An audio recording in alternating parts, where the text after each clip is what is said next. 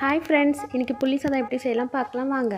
ஒரு நெல்லிக்காய் சைஸுக்கு புளியை எடுத்து ஊற வச்சுருங்க. ஒரு கடாயில் எண்ணெயை ஊற்றி கடுகு போட்டுருங்க. கடுகு நல்லா பொரிஞ்சிடும். கடுகு பொரிஞ்சதும் கடலைப்பருப்பு உளுத்தம்பருப்பு போட்டு பொரிச்சிடுங்க. அதுலேயே வேர்க்கடலையும் போட்டு பொரிச்சிக்கோங்க.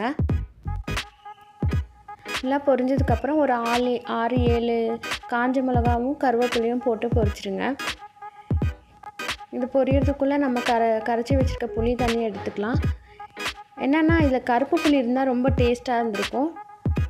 ஆனால் என்கிட்ட வெள்ளை புளி தான் இருக்குது. அதையே கரைச்சி ஊற்றிக்கலாம். அதுலேயே கொஞ்சம் மஞ்சத்தூளும் போட்டு கொதிக்க வச்சிடலாம்.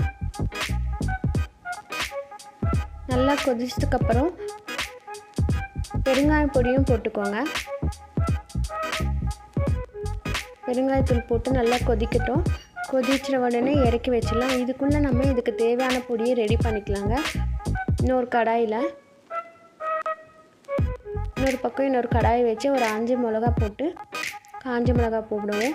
கடலைப்பருப்பு உளுத்தம்பருப்பு நல்லா ஒரு ஸ்பூன் அள்ளி போட்டுக்கோங்க. கொஞ்சம் வெந்தயம் போடுங்க.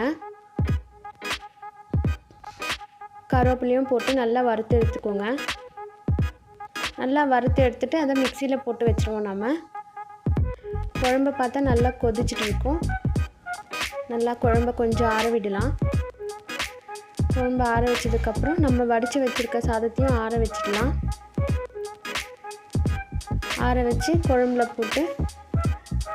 புளி குழம்புல போட்டு நல்லா கிளறி விடுங்க. நம்ம அரைச்சி வச்சுருக்க பொடியும் நல்லா போட்டு தூவி விட்டு இதிலேயே கலந்தோன்னா ரொம்ப டேஸ்ட்டாக இருக்கும். உப்பு கம்மியாக இருந்தால் உப்பும் போட்டுக்கலாம். நம்ம